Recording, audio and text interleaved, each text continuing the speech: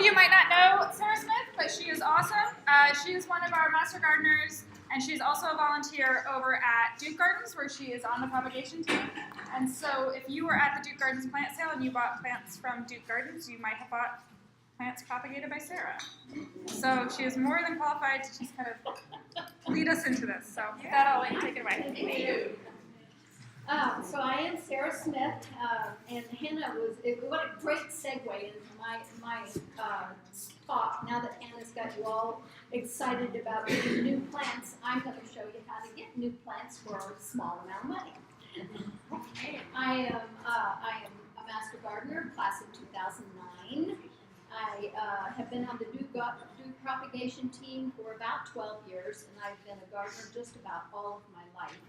And this subject is one that is my passion. I am passionate about, probably because I'm a penny pincher, and I don't like to spend a whole lot of money, but also because I like to collect plants. I'm a plant collector. Now, plants reproduce in two ways. They reproduce sexually and asexually. Many plants do both of them. And there's some advantages for the plants to do this. For one thing, if they had just stuck to producing seeds or spores, which is sexually, they might not be able to find a pollinator. They might not be able to produce in the right time of year. So being able to produce also asexually is an advantage to the plants. How many people in here collect seeds or start seeds? Quite a few of you. That's wonderful.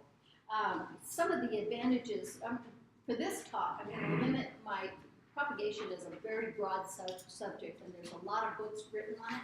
But for the time that we have, I'm going to limit this talk to seeds for sexual propagation and for a few of the vegetative methods that we can do at home. So, what are some of the advantages to starting your own seeds? It's cheap. Varieties. You know exactly what you're getting. You can share them with other people. All good ones. Varieties is one of the best reasons why you would want to have your own start plants from seeds, and that is because if you're buying transplants, you're going to get like Hannah mentioned, just what the big box store has pointed out for you or has picked out for you.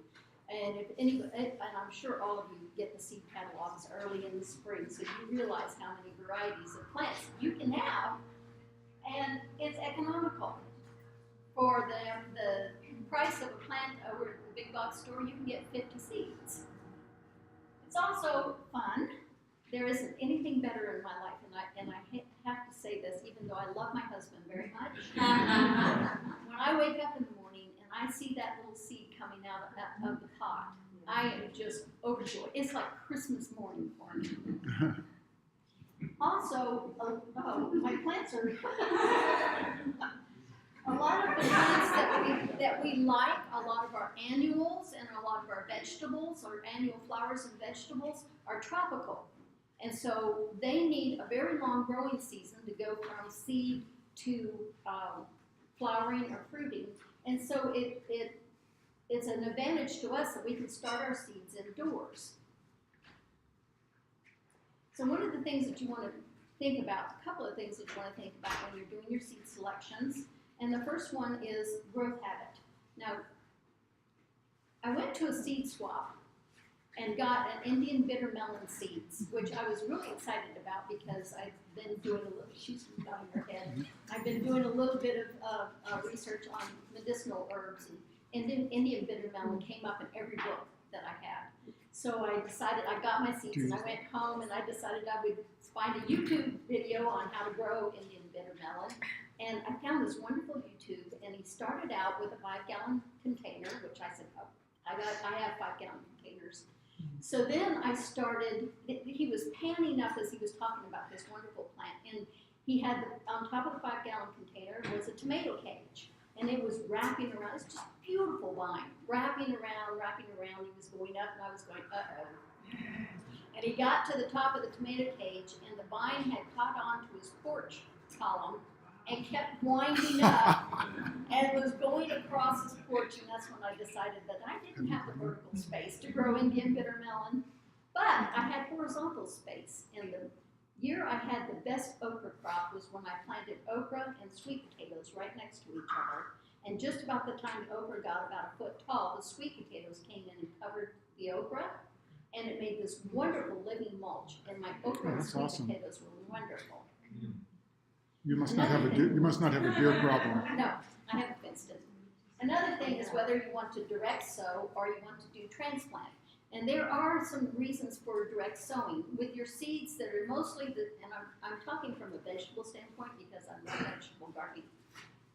But seeds that have a long taproot, for example, turnips and carrots and butterfly weed has a long taproot, comfrey has a long taproot. They don't want to be transplanted. They want to be planted where they're going to grow. So just keep that in mind. Now, to start seeds indoors, and we're going to talk about starting seeds indoors, you're going to need 5 basic things. You need a growing medium, pots, containers to put them in, light, warmth, and moisture. And I'm going to go really quickly through each one of these. With a growing medium, you're going to want to do seed starting mixes. And the reason why I say seed starting mixes is because unlike growing seeds outdoors, if you're doing it indoors in containers, you need things sterile because fungus is the worst enemy that you have with your little seedlings.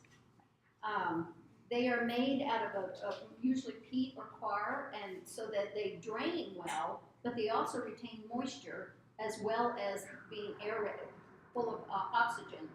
And seeds need 2 things in order to germinate. They need oxygen and they need water. Don't want to use garden soil, again, for the pathogens that may be in there, and you don't want to use regular potting mix because it may not be sterile, and some of them contain fertilizer. And when the little tiny plants are coming up, those tiny root hairs will burn with fertilizer in there. Plants actually germinate with those cotyledons, the first little fat leaves, and those cotyledons have all the nutrients that seedling needs until it gets its regular leaves so that it can start photosynthesizing. Plants are not particular. Plants are motivated to grow. And seeds don't care very much about what pot you put them in. There is one caveat with that, and that is that the pots, the little seedlings, once they grow up, they need to be in a pot so that they can take up all the moisture that is in the potting mix, in the soil mix. And this isn't much of a problem if you're planting seeds outside because when you water the seed, the surrounding earth neutralizes that water, pulls it away. But in a pot, that doesn't happen. It stays contained in the medium. So the best size that I've learned is about 1.5 to 3 inches deep and about 1 to 2 inches wide. The main thing to remember, it's got to be sterile. And if you're reusing your pots, that's fine. You can reuse pots.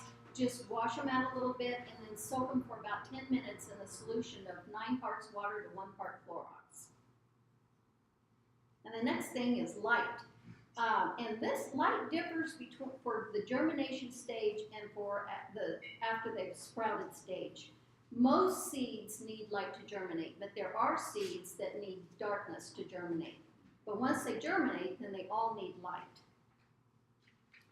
You want to keep your light about 2 to 4 inches above the leaves as they're growing, and this keeps them from getting very leggy because once the seedlings come up, they're going to go for their light source. And if it's too far away, it causes the stem to elongate and become thin. And this is the reason why you can't use incandescent lights because at 2 to 4 inches, they would just burn your little plants up. You can start seeds in a sunny window. The only thing is that you want to keep turning them so that they don't grow in one direction. And it could get a little bit too cold for them at night, so you just have to be aware of that. I set a timer for 16 hours a day on my seeds. I have heard that you can do it for 24 hours, but the seedlings do seem to benefit from a small rest at night. Warmth is also something that may differ between germination and after germination. Most of them benefit from warmth when they're trying to germinate because they're designed to germinate in warm soil.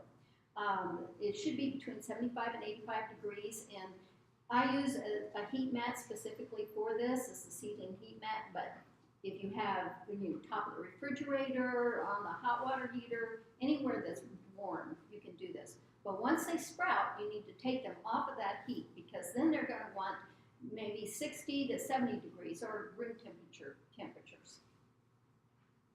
Now, moisture is the trickiest part of seed starting, and it is where most people have trouble with it. When you get ready to do your seed trays, pre-moisten your soil, then load it into the seed trays. And one of the reasons for doing this is that you don't want to water the seed after you put your seeds in, because it can displace them. They can float up to the top, just disarranges them.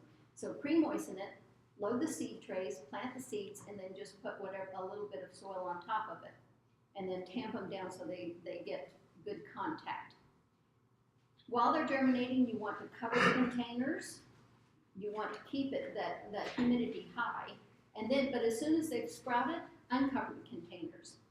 Now, I always say that during the time that they're germinating, you're not going to need to put any more water in there.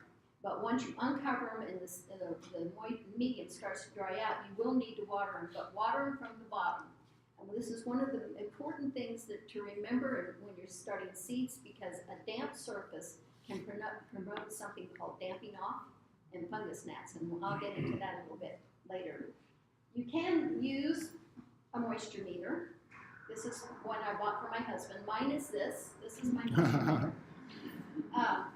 That's very handy for him because he's not used to it yet.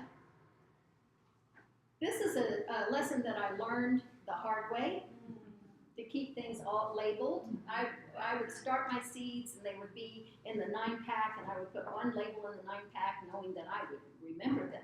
And then they'd go in the 2 inches and I'd put them in a row with the one label, and invariably one would grow taller than the other, and the next thing I knew they were all mixed up and I didn't know what tomato was what.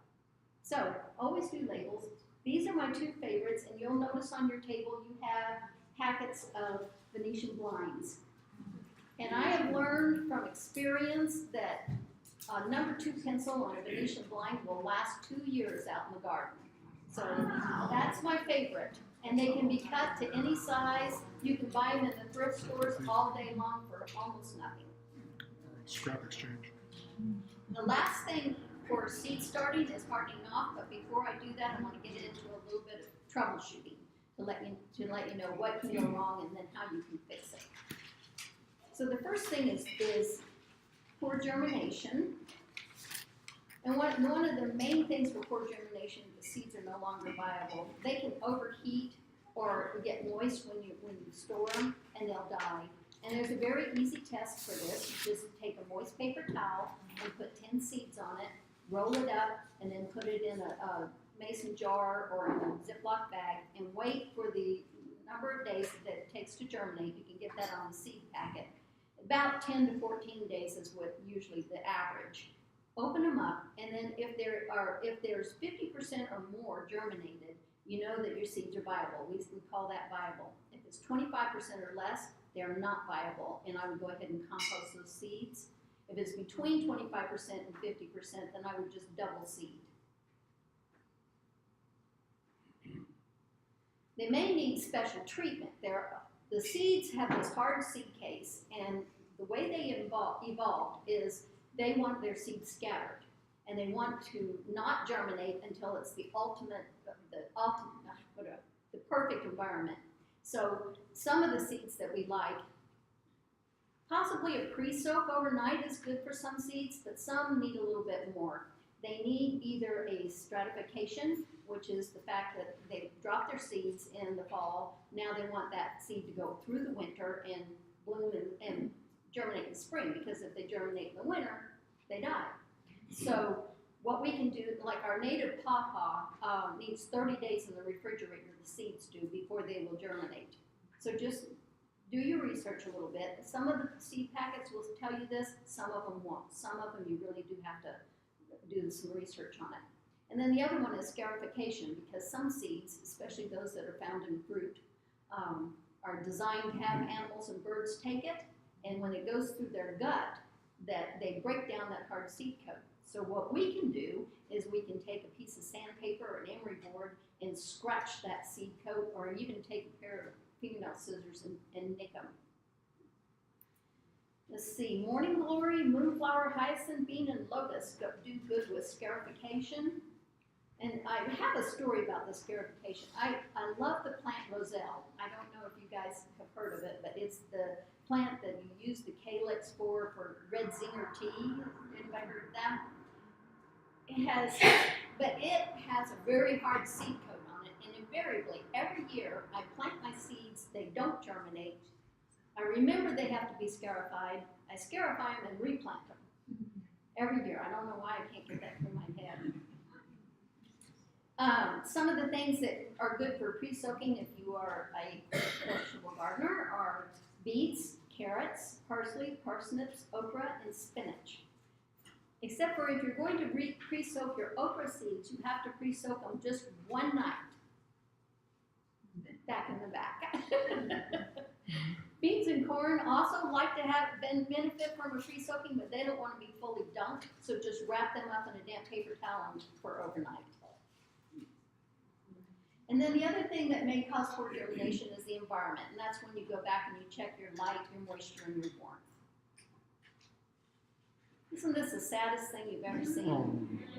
You've gone through all this trouble, you've got this wonderful little seedling, you come in the morning, and it looks like this. And this is what we call damping off. And the reason why I say water from the bottom is because this comes from too much moisture in the soil. It's caused by 2 or 3 different funguses that are just naturally in our environment, which is another reason why we have to keep everything sterile with these. And what it does is it gets into the vascular system and clogs up the vascular systems. Discolored or faded leaves, if you get this with your seedlings, then you need to find out pretty fast what's happening and correct it. One of the reasons it could be is overwatering, if the soil is too moist. It can also be fertilizer burn. If you fertilize your little seedlings, don't do it until they have the second set of true leaves, and then do it with an organic fertilizer at 50% strength. So just a tiny little bit of fertilizer. They don't need very much. And another thing is sunburn. And this is actually my husband's lettuce, and he let it grow right up into the plant, into the lights. And that's what happened with that one. Leggy seedlings. Number 1, too far from the light. And this can happen if you have your lights too high up, or if you have a bunch of seedlings together really close and you have one that's just struggling to get up to the top. Another thing that causes this is overfeeding them. Again, with the fertilizer, you just want a tiny little bit of fertilizer. And one thing that you can do to help with leggy seedlings, or to help your seedlings get a stronger stem, is to exercise them. And I know that sounds kind of weird when you're talking about plants, but any kind of little movement, like if you have a fan that will blow, just gently move them, or I usually take my hand and just go over like this, about twice a day. Just give them a little exercise. Here is the bane of my existence, Fungusgnats. Fortunately, this year I did not have a picture of Fungusgnat damage, so I had to punt on this one. A fan is also good for, it's not the mature Fungusgnat that you see flying around that causes the damage. Fungusgnats lay their eggs in the first quarter-inch of moist soil, and it is their larvae that attack. So where you saw the damping off was about a quarter of an inch or a half an inch up, the Fungusgnat damage will be right at the soil level. And that's another reason to water from the bottom, but also what you can do is you can take a bit of perlite and put around the top of the surface of the soil so that the Fungusgnats can't get down in there to lay their eggs. You can also, there's yellow sticky tape that you can hang to catch the adults. So you're highly successful, you have your wonderful little plants, more tomatoes than you can ever use or give away, because you overseeded, of course, because there were so many varieties, right? And this is time now that you have to toughen them up, because if you take them from this nice controlled environment and put them outside, they're going to go into shock. And the way you do this is just to take them out for a couple hours, keep them away from the sun and the wind, and then the next day take them out for a longer period of time and every day. And it takes about, if you do it correctly, it takes about 2 weeks until you get to the point where you're leaving them overnight. And then even then, if it's going to be a cold night, you want to take them back in. And then they're ready. So how many of you guys, yes? Let's define a cold night. Not freezing, but what is a cold night? It depends. And the reason why I say that is if you've just taken them out and it's the first night and it's going to be 50 degrees, I would say that's a cold night. If you've taken them out for 2 weeks and you're going to get 50 degrees, then I would say that's fine. So you have to use a little bit of intuition on this one. Can I ask you too? Sure. Have you heard that if a sweet pepper gets exposed to a low temperature as it's growing along in its early days, that it will never set fruit? I don't know that it would never set fruit. I do know tomatoes will only set fruit in a certain temperature range, and I'm sure that's the same thing as peppers. So for all of us that don't like to do seed starting that much, there's a simpler way. And that is asexual propagation. This is probably one of the reasons why plants have completely colonized our globe, because they just would not be able to do it if the only way that they could propagate was through seed or spores. Some of the advantages for plants of asexual propagation is that they don't have to rely on the sexual pollinator or counterpart. When they produce seeds and spores, they're producing a new plant that has a different genetic variety from either one of the parents, and that can be an advantage to them. If the environment is changed, it may give the little seedlings an advantage for that. But cloning passes along the exact same genetics as the parent plant, which is an advantage if the plant is growing in a wonderful state.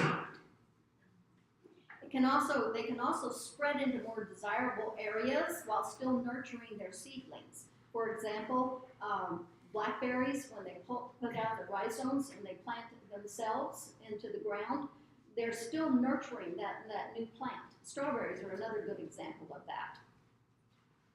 And they can make the most out of a desirable piece of ground by clumping. When you see a plant that clumps, what they're doing is they're saying this is a great place to grow. So we're going to make new plants, but we're going to keep them right close together. And they can move.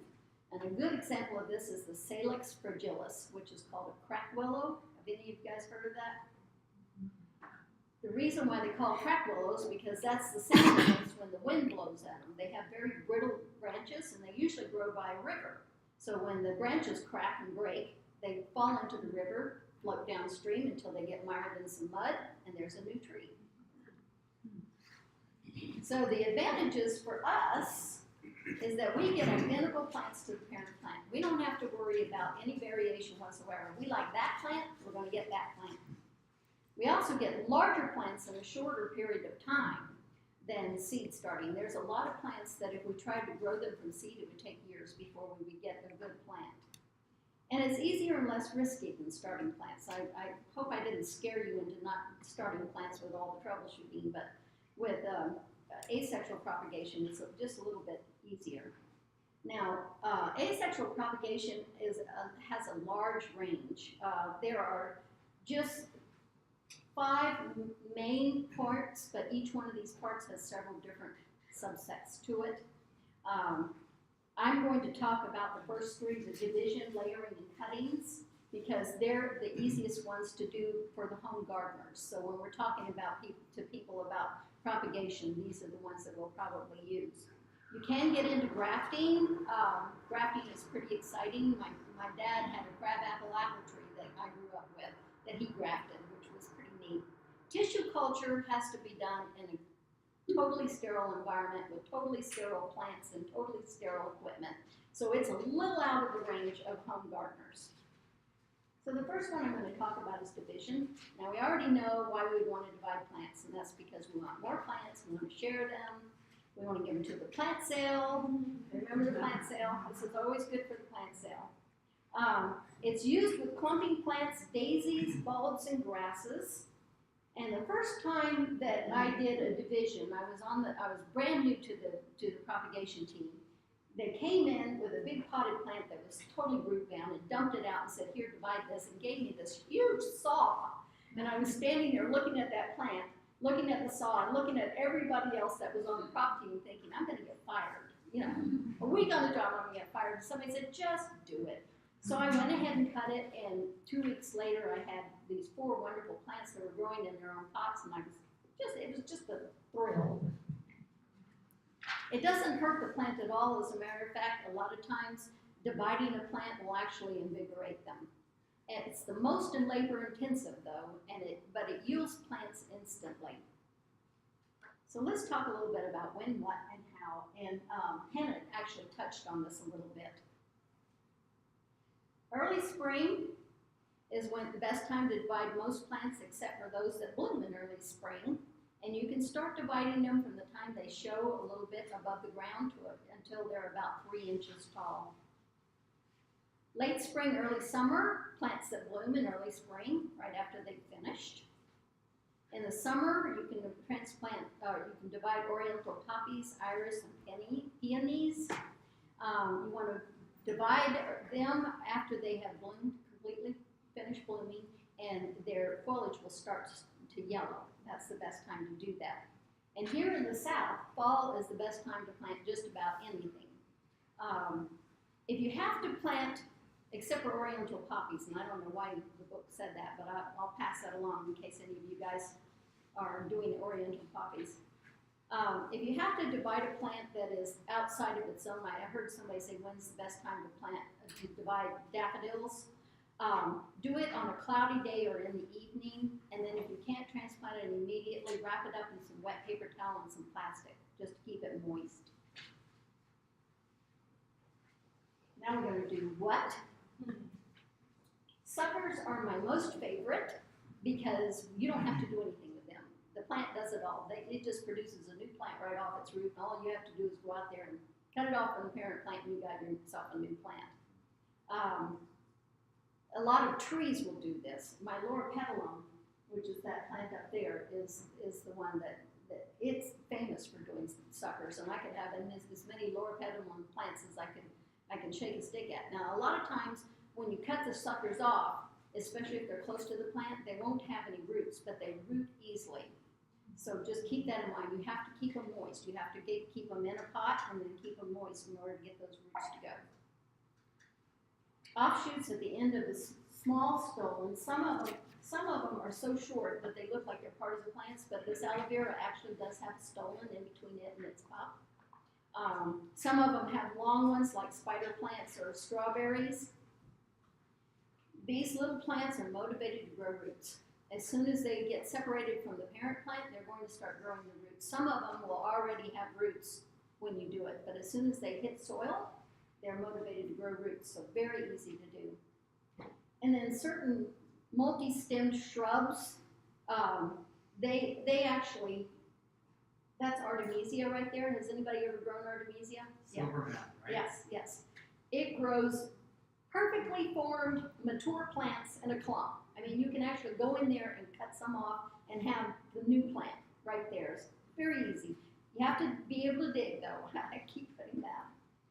And then we're going to get into some of the bulbs. Hannah touched a little bit on this. I'm going to talk about it. With bulbs, what a bulb is a modified stem, and the main bulb usually splits into 2 and more smaller ones. And so dividing them just means that you take those 2 bulbs and split them all the way apart.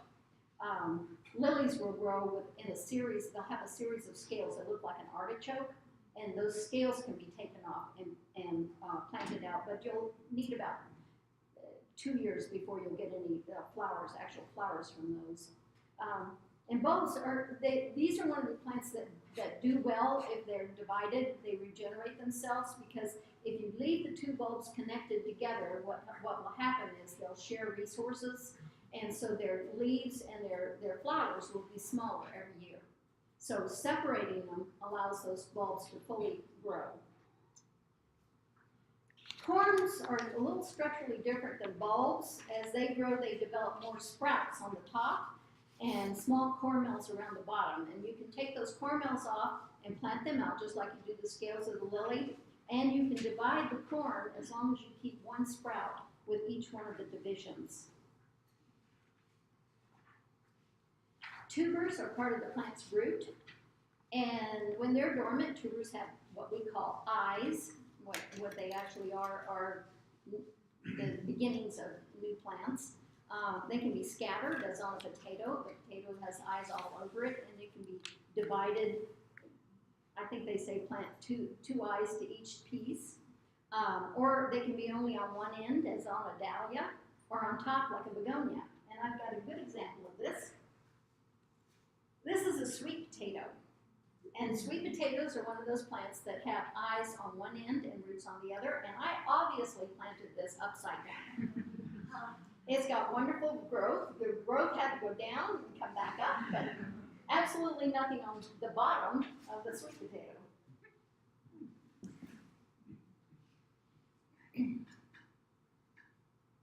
And then rhizomes. Rhizomes, there's two different kinds of rhizomes. Some of them have crowns like asparagus, and then some of them produce plants right all the way along the root, like mint is a good one that produces plants, and all you have to do is cut in between them and you have a new one. Crown rhizomes are a little trickier to propagate, and it's advised that if you have a crown rhizome, then just cut it in half, and no smaller than that. So layering, you don't have to dig very much. So it's one of my old lady favorites. It's a process of inducing roots to form on a branch or stem while it's still attached to the parent plant. Plants do this naturally. This is one of the ways that many plants propagate themselves. It is also the oldest form of asexual propagation. It produces fewer plants than, but the plants are more mature than if you took cuttings, you'll have a whole lot more plants, but they won't be as mature. And it takes virtually no equipment except for maybe a rock. So that's good. And it can be done at any time of the year, but spring is the best time to do it. And if you do it any other time of the year, you'll have to wait until next spring before it will start growing its roots. So just keep that in mind. Sarah, is this the way you do azaleas? Azaleas, yes. Any shrubby bush that has stems that will go down to the ground can be done. So you take like a lower branch of the azalea and put it in the ground and put a rock over it? Is that what you're saying? Yep. And I'll go into a little bit more of that. Yes. I did a crepe myrtle last summer, and I took a pot, cut an X in the pot, took the branch, shoved it in, had it come up, and put the soil in there, and weighted it down because it wouldn't reach the exactly. ground, and you have a new plant. It did wonderful. Just make sure you cut off the right end. Yeah. And there are, for layering, there are 7 methods of layering. This is one of the reasons why I said propagation is kind of, you keep opening it up and opening it up. And the first one is natural layering, and this is something that the plants do themselves. You don't really need access. It's the least intensive as far as labor is concerned. You just go out there and dig up your new plant. Then we can imitate this and I apologize for my drawings. This is not my strong suit. I should have gotten my neighbor to help me, but I didn't. Works. That's pretty nice. Yeah. The way you do the simple layering is you take a branch, put it down to the ground, and mark the branch and the ground where the two of them are going to meet. And then you wound the branch on the bottom where it's going to meet the ground, and you put a little bit of rooting hormone. And I haven't gotten into rooting hormone, but I do recommend rooting hormone for this. Then you dig a hole where it's going to hit the ground, and you mix in some compost so it's nice and friable so those little roots can really get in there. And then in this drawing, I've got a hook holding the branch down, but you can also just put a rock on top of it. And then I like to put a stake here to get it to go straight up. The next one is tip layering, and this is basically for the rubus family, for blackberries and raspberries. And they do this naturally, so it's very easy to start them this way. They do this on the second year. They put fruit out first year on the canes, and then the second year that cane will head for the ground.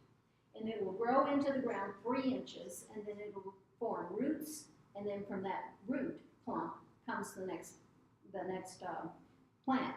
And so it's easy enough if you have a pot and you want some more blackberries, just take the canes that bore fruit last year and stick them down about 3 inches into the pot, and you will have plenty of blackberries. Serpentine is one that is used for vines, and you can get an awful lot of plants out of this. And pothos is a wonderful example of this because you can see that it's already got adventitious roots coming out of it everywhere.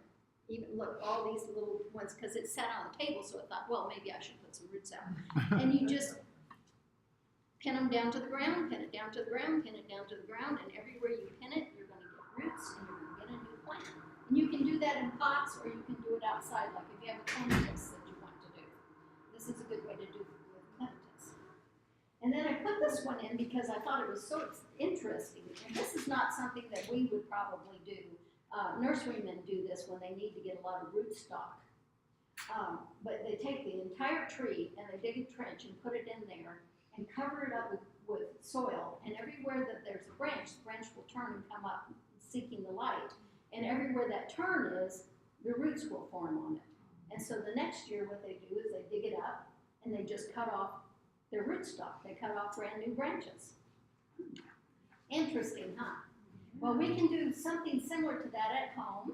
If you have a bush or a tree that you would like to start, you know that if you cut something off that it's going to put out more branches. So we use that, cut it off about 2 inches in very late winter, early spring, before it starts budding out. And it will, when it starts growing its new stems, you start mounding up the earth around it and get it about a foot tall throughout the growing season, and then just leave it.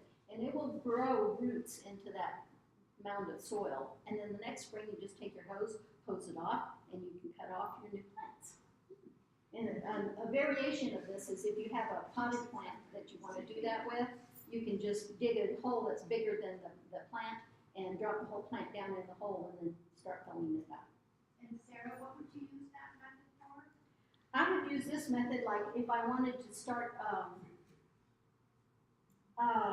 one thing that comes into mind would be if you had like a red-trib dogwood that you wanted to start, or you could even do it with spirea, would work well with it.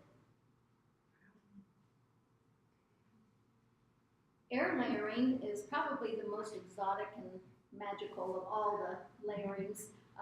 We have a Chinese writing about 7,000 BC that describes air layering by taking a sticky ball of mud and putting it around a wounded branch.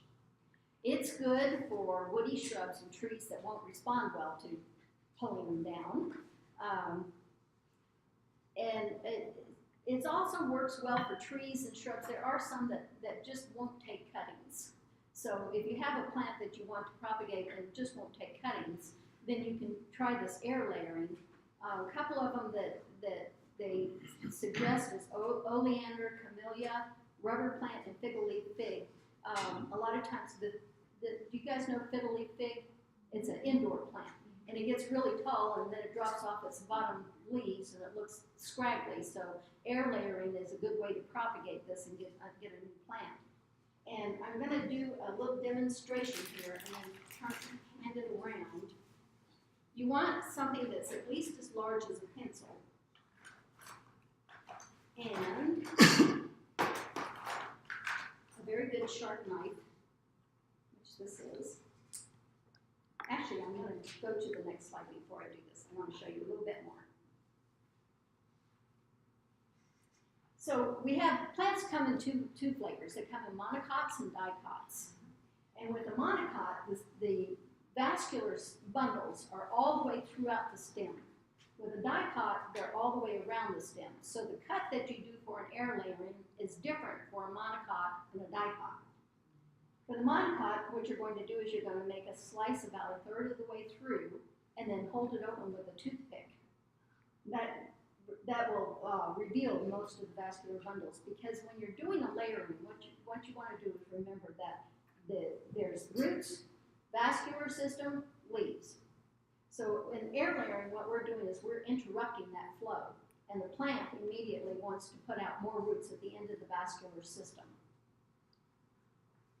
With a dipot, you're going to cut it all the way around, and that is going to expose all that vascular system all the way around. And then the basic principle is you take a medium, and what I'm going to use today is sheet moss. You want to use something that you can put around it and keep it moist. This is, most of the time you're going to moisten it, every time you're going to moisten it. I did moisten it today to help keep from making a mess. So I'm going to go ahead and move this. It's a lot easier to do this when the branch is not connected to the tree. This does take a little bit of practice. You want to make your cut about 1 inch long, all the way around. And hopefully I won't cut myself and bleed in front of everybody. Please keep that in mind when you're using your razor blades.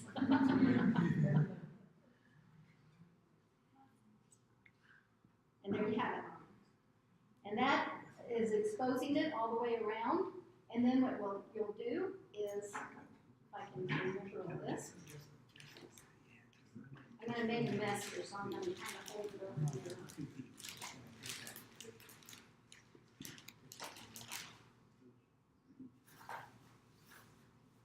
And what trees or shrub would this be good for?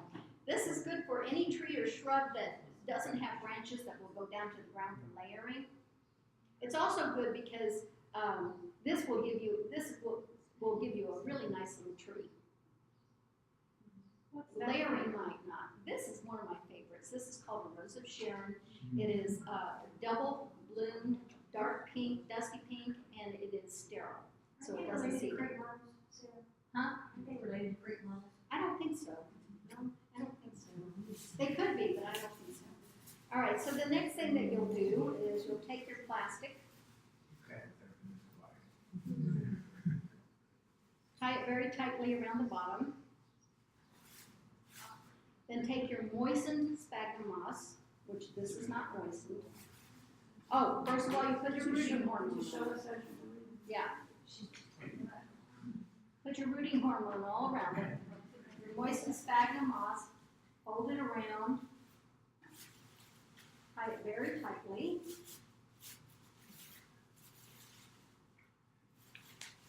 But you'd be doing this to a live plant. A live plant, yes. Like I said, it's a lot harder to do on a live plant. Nothing's going to happen to that. No, no. As a matter of fact, I'm going to cut it up so you guys can make cuttings from it. But I just wanted to show you the technique. It doesn't take very long. The only thing that I would tell you is that it's going to take about a year for it to get roots grown in here. Try, when you do it, make sure you open it periodically to see if you need to add more water. Another thing is you might want to cover it with something that's dark colored because the birds love to pick at this stuff. So do that, and when you cut it, when it's full of roots and you cut it off, then just keep in mind that you've got a lot of plant with a small root ball. So make sure that when you pot it, you keep it moist until it can grow those roots out. And I'm going to go ahead and cut this because I want you to make cuttings of this. So I'm confused. Okay? What, you basically are gonna Create a create roots Yes. above ground, Yes. but kill the original plant. No, it does not kill the plant. This would still be connected to the plant. So you're gonna take that So branch. wait a minute. So you put that plastic bag on there. Yeah. You wait however long it is, you get a bunch of roots. Right. Then you cut Then I below cut here. that, and now you have this new plant. Right. But the original plant, It's fine. You have new branches coming off from Yeah. where you cut it off, right? It'll grow, all these branches will grow. okay. And I'm gonna go ahead and pass this around so you guys can take a look if you want.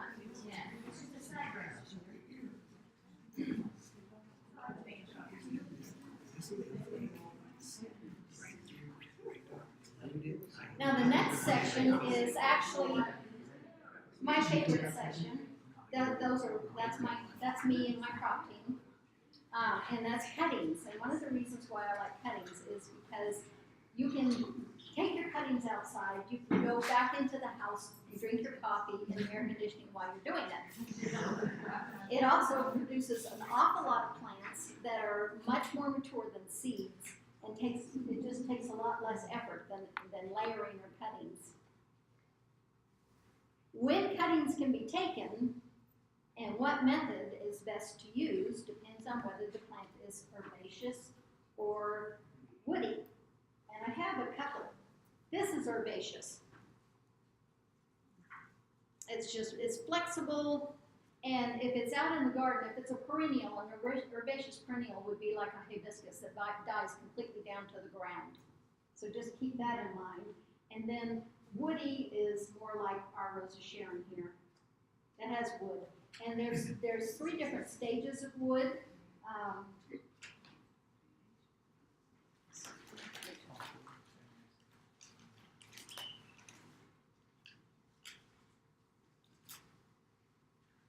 So this is semi-soft wood, and as you can see, there's brown here and green here. And this is softwood, actually. I'm sorry, softwood. It's green here. This is the new growth that's coming out. This is softwood. It's still very flexible, as you can see. Then there is semi-hardwood, and that would be this. This is a camellia. It's still a little flexible, but it's already brown, and it's already starting to harden up. Hardwood is what you take in the middle of winter when the plant has gone dormant.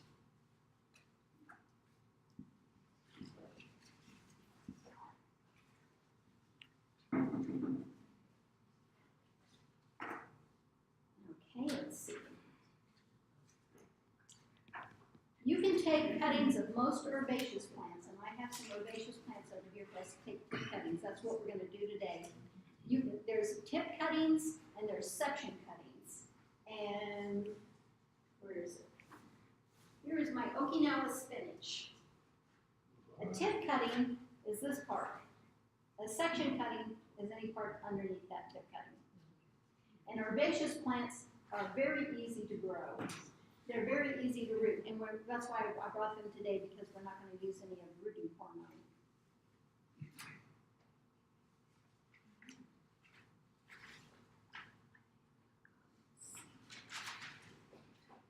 So here's a good example of it. The Edgeworthia would be a hardwood plant, and the Okinawa spinach over here.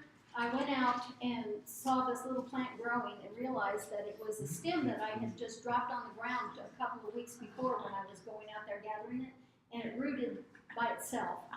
It was just laying on top of the ground, so it was very easy. What kind of plant is that? It's called an Okinawan spinach. It's not a real spinach, but it tastes like spinach, and it grows in the heat. So, a cutting setup, trays can be as fancy as trays on a mist system, or as simple as your pots that you have on your tables right there. What you want to do is just a few things. The things that you're going to need are basically the same things as seed starting. You need a medium, pots, light, warmth, and moisture, and sometimes rooting hormones. Then the tools are razor blades or a sharp knife, cutting surface, pruners, and a dibble. And this is a dibble, and I'm going to show this to you because it is the most important tool in my toolbox. You get it at Michael's in the beading section. In what? In the beading section. For working with beads. Yes. And I use this constantly. Sarah, what the heck was that? It doesn't look like a dibble. It's not a dibble, it's just what I call I it. didn't think so. That's what I'm talking about. It's a beater tool. I see it, and you do perfect. So the first thing is the growing medium. Again, I know that there are times, my sister is notorious. She just makes me frustrates me because she knows absolutely nothing about plants. But she will go out in the garden and she'll cut off a branch and stick it in the ground and it will root. It just makes me crazy. But when you're doing it in a tray setting, what you want to do is make sure that your pots and your medium are sterile, the same way with your seeds. When you buy seed starting mix and when you buy perlite, those are sterile. And I'm going to come to that. The formula for my growing medium, there's several different formulas you can try. The one that I've had the most success with, and that's what's in these pots here, is 2 parts of perlite. Perlite is always the main ingredient in it, and then 1 part seed starting mix because I don't have a mist system, so I need something that holds a little bit of moisture. You don't want to use garden soil and this kind of when you're putting it in a pot because of the pathogens. Pots, the containers, what you want is about 4 to 6 inches of medium. They can be any size that you want. You can reuse your pots. You can't reuse pots, just use that Clorox mixture. And for light, they don't like very strong light like your seedlings do. Your cuttings need light because they're photosynthesizing, but they want more of an indirect light. So this was an ideal place. It was just in front of a window with indirect light. And that's actually my seed tray. My cuttings tray. I have a bigger one. Once I started, I had to get a bigger one. But that's how simple it is. So, and that's for all cuttings, like if I was doing coleus, for example. No, I don't need a seed light. No, you don't need a seed light. Problem solved. Okay. And just like seeds, they will need warmth. About 75 to 85 degrees is optional. Yes, the same as for seed starting. And they want it consistently until they grow it. For moisture, what you're going to have to do, the leaves are going to still transpire. So in order to keep that from happening, because they will dry out very quickly, you want high humidity. And so you have to keep your cuttings covered. And I say that, and then I think about that one cutting, and I can't remember what it was, but every time I tried to start it, it would rot in my seed box. So I left it uncovered, and it did just fine. There's always an exception. Do you cut some of your leaves off or Yes, prune them down a little bit? I'm going to show you how to do it. I want to talk a little bit about rooting hormones. They come both in powder, in gel, and liquid. Like I said, plants are motivated to root, and they root easily, but sometimes they do need a little bit of direction, and that's what rooting hormones do. And I brought this in. When I first, I have to tell you that I am a penny pincher, so when I first bought this, I thought, God, this is so expensive, but it's a liquid. This is what you fill it up to. That's all you use, is that little tiny bit, and the rest of it is water. And if you're doing a lot of cuttings of different types that need different strengths, you can start out with like your hardwood and fill it up with water to there, then do the cuttings. And then you can go ahead and fill it up to the different strengths for your other ones that don't need as much. So it's worth the money. That's what I'm saying. Yeah, what's the name? Dip Grow. We're not supposed to do that, I'm sorry. I want to add, general, it's just rooting hormones. Rooting hormone. Rooting. Yeah. Okay. Now cuttings, you make cuttings from 3 different parts of the plant. You need to make cuttings from the stems, from the leaves, and from the roots. For the stem, it can be either a tip or a section cutting. And leaf cuttings can be taken from either woody or herbaceous plants. You see my leaf cuttings up there is my Thanksgiving cactus. Leaves don't, if you take cuttings of a stem, the stem becomes part of the new plant. With leaves, they don't become part of the new plant. They produce new roots and shoots.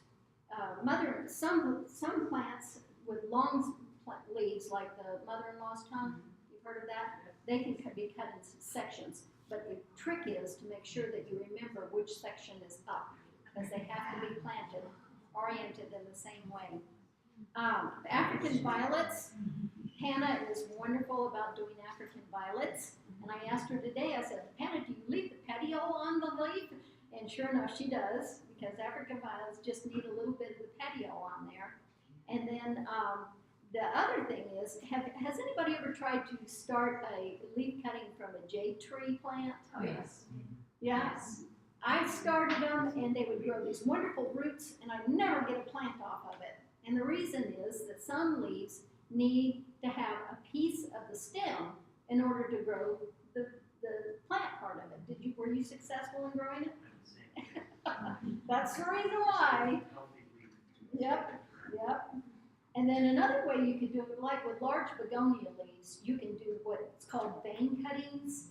And what you do is you make a slit across the main veins in the leaf, lay it on top of the medium and kind of weigh it down, and there'll be new plants that will grow at each one of those vein cuttings. For roots, some plants root themselves from small pieces of roots. If you've ever had to hold up a dandelion and gone, oh, because you know you left the tip of the root in there and there's going to be a new plant growing there. Horseradish is another one. Oh, yeah. I've heard that you cannot eradicate horseradish once you have it planted. Just a little tiny bit of root, it'll come back, Yeah, rolling back. sure. If we go back to the rooting hormone, how do you know what concentration to use? This box right here has a guide in it, but there's also in any propagation book that you have, it'll tell you which one to use. The rule of thumb is herbaceous needs nothing, and hardwood needs the strongest. Root cuttings are not as popular, but they can be useful for some plants.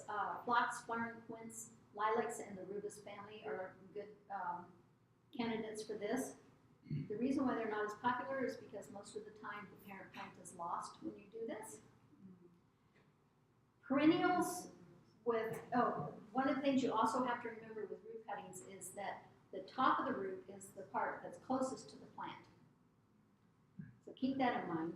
Perennials with fine roots can be cut in 1 or 2 inches pieces and they scattered horizontally across the surface and then just covered over with about 1/4 inch to a 1/2 inch of damp soil. Usually sand is what they use on there.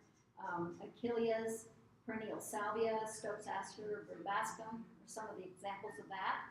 And then plants with fleshy roots are cut into 1.5 to 2.5 inch long and planted vertically. And so they want the top of the root, the part that was closest to the plant, up about 1/4 inch above the soil. And these are good for acanthus, peonies, bee balm, and bleeding hearts can be done that way. And then root cuttings from woody trees, such as elderberries, mountain ash, roses, and sassafras, and yucca can be planted. They're planted horizontally also with the top of the root at the top, but you cut them about 4 to 6 inches long, and then you plant them about 1 to 1.5 inches deep below the surface. Horizontal or vertical? Horizontally. Horizontally this way. Vertically. Vertically.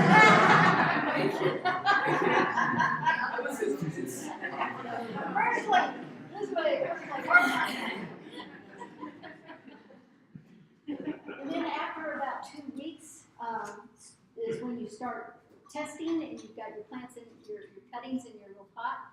And this is you got to remember that when you start testing them, they're probably starting very fine little roots. So the way to do this is kind of give them the tiniest little tug, tiny little tug.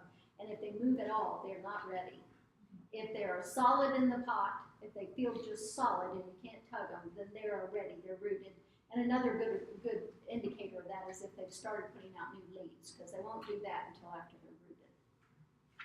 So now what I would like to do, that's the end of my thing. There's cuttings. I'm going to do an example, and then I'm going to hand these plants out to you. And I would like you to do a tip cutting or some section cuttings or anything that you would like. And feel free to use or not anything. So here we go. The main goal is to have 2 of the nodes below the surface and 2 of the nodes above the surface. Now that can't always happen. And the reason why I like this one is because it's got small leaves. But you're going to take off all the leaves, all the way up the stem, until you just have the ones on the top. And if there's any flowers, remove the flowers. I know they look cute in the tray, but you gotta take them off. So then I can see I've got 2 nodes here and I've got 2 nodes here, so I'm gonna make my second cut with the razor blade. And I don't have a razor blade up here, but I cut just below the node. Because remember, the nodes are where the stems, the roots, and the leaves come from. And I cut it at an angle to expose most of the candy in the root. And then I'm going to go up here and I'm going to scrape, I'm going to make a wound right up here. And then I'm going to turn the thing around and I'm going to go a little bit further up and I'm going to make another wound. This gives me 1, 2, 3 places that my roots can come from. And I'll pass that around so you can see it. And I'm going to do it again on, let's use this mint, because it's got lots of leaves. So we've got a mint here. I've got it about this long. I'm going to remove. Anybody out for mojitos? Now you're talking my language. If you've got a plant that's got that has big long leaves, you can cut them in half. Because all you want them to photosynthesize, so you have to leave some leaves, but you don't want a whole lot because you don't want the plant to dry out. So there I've got my cutting. And with this one, since it's a herbaceous, I'm not even going to wound it on the sides. I'm going to leave it just like this. You can a little bit if you want, just scrape it a little bit, but it really doesn't need much. Can you take a blade and just split the bottom of it, just a tad? You could if you wanted to. Yeah, I'm sure that would work. All right, and now what I'm going to do for the rest of the class is I'm going to pass these plants around. They should all have a tag. And you can take as many cuttings or as few cuttings as you like. You can take tip cuttings and section cuttings. So is what you just did there, was that a tip cutting? That was a tip cutting, yes. And the section cutting would be more on, Anything below the tip. that'd be for like the woody plants? With the woody plants, the section cutting is going to be, this would be the tip cutting, this would be the section cutting. These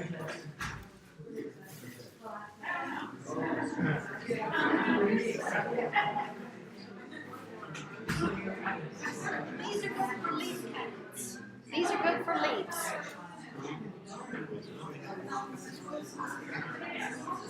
So Sarah, There's the roots there.